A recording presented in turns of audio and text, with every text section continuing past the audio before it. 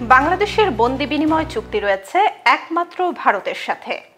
২০১৩ সালে কার্যকর হয় ভারত ও বাংলাদেশের বহিঃসমর্পণ চুক্তি, যার আওতায় দুই দেশ ফৌজদারি মামলায় বিচারাধীন বা দণ্ডপ্রাপ্ত আসামি বিনিময় করার সুযোগ পায়। বাংলাদেশ ও ভারতের মধ্যে প্রথম বন্দি হস্তান্তরের ঘটনা ঘটে ২০১৫ সালে। ভারত হস্তান্তর করে অনুপ চেটিয়া ও নূর হোসেনকে। বাংলাদেশও ভারতকে কিছু পলাতক হস্তান্তর করেছে। চুক্তিটি নতুন করে আলোচনায় আসে যখন গত সোমবার ক্ষমতাচ্যুত সাবেক প্রধানমন্ত্রী শেখ হাসিনা ও সাবেক স্বরাষ্ট্রমন্ত্রী আসাদুজ্জামান খান কামালকে মৃত্যুদণ্ড দেয়া হয়। আলোচনা শুরু হয় তাদের ভারত থেকে দেশে ফিরিয়ে আনার প্রক্রিয়া নিয়ে। ভারত বাংলাদেশ বন্দি বিনিময় চুক্তিতে আসলে কি আছে? ২০১৩ সালের চুক্তিতে অনুচ্ছেদ আছে ১২টি। এর মধ্যে ১ ও ২ অনুচ্ছেদে বলা হয়েছে, বিচারিক কর্তৃপক্ষের দ্বারা বিচারাধীন অভিযুক্ত বা দণ্ড কার্যকরের জন্য যাদের খোঁজ চলছে সেই ব্যক্তিদের রাষ্ট্রের ভূখণ্ডে পাওয়া গেলে প্রত্যর্পণ করতে হবে। তবে অপরাধটি হতে হবে রাষ্ট্রের আইনে ন্যূনতম ১ বছরের কারাদণ্ডযোগ্য।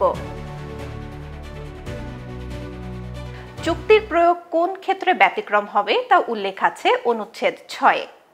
যদি কোনো অপরাধের ধরন রাজনৈতিক বলে বিবেচিত হয় তাহলে প্রত্যর্পণের অনুরোধ গ্রহণ নাও হতে পারে। তাহলে কোন অপরাধগুলো রাজনৈতিক হিসেবে বিবেচিত হবে না? হত্যা, হত্যার প্ররোচনা, অপহরণ, বেআইনিভাবে জিম্মি করা সহ ১৩ ধরনের অপরাধ রাজনৈতিক হিসেবে বিবেচিত হবে না। অনুচ্ছেদ ৮-এ বলা হয়েছে প্রত্যর্পণ না করার ভিত্তি সম্পর্কে।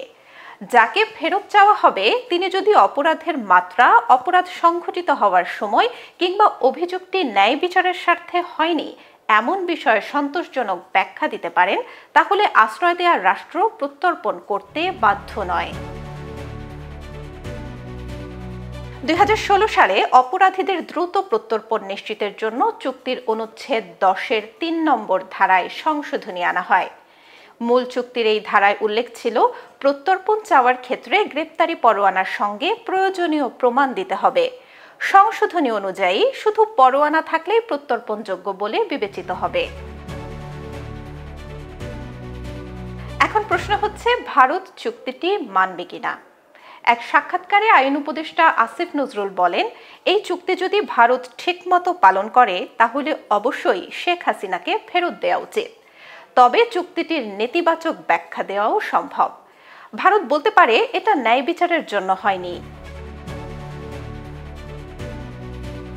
এখন ভারত চুক্তিটির কেমন ব্যাখ্যা তৈরি করবে সেটি দেখার বিষয়।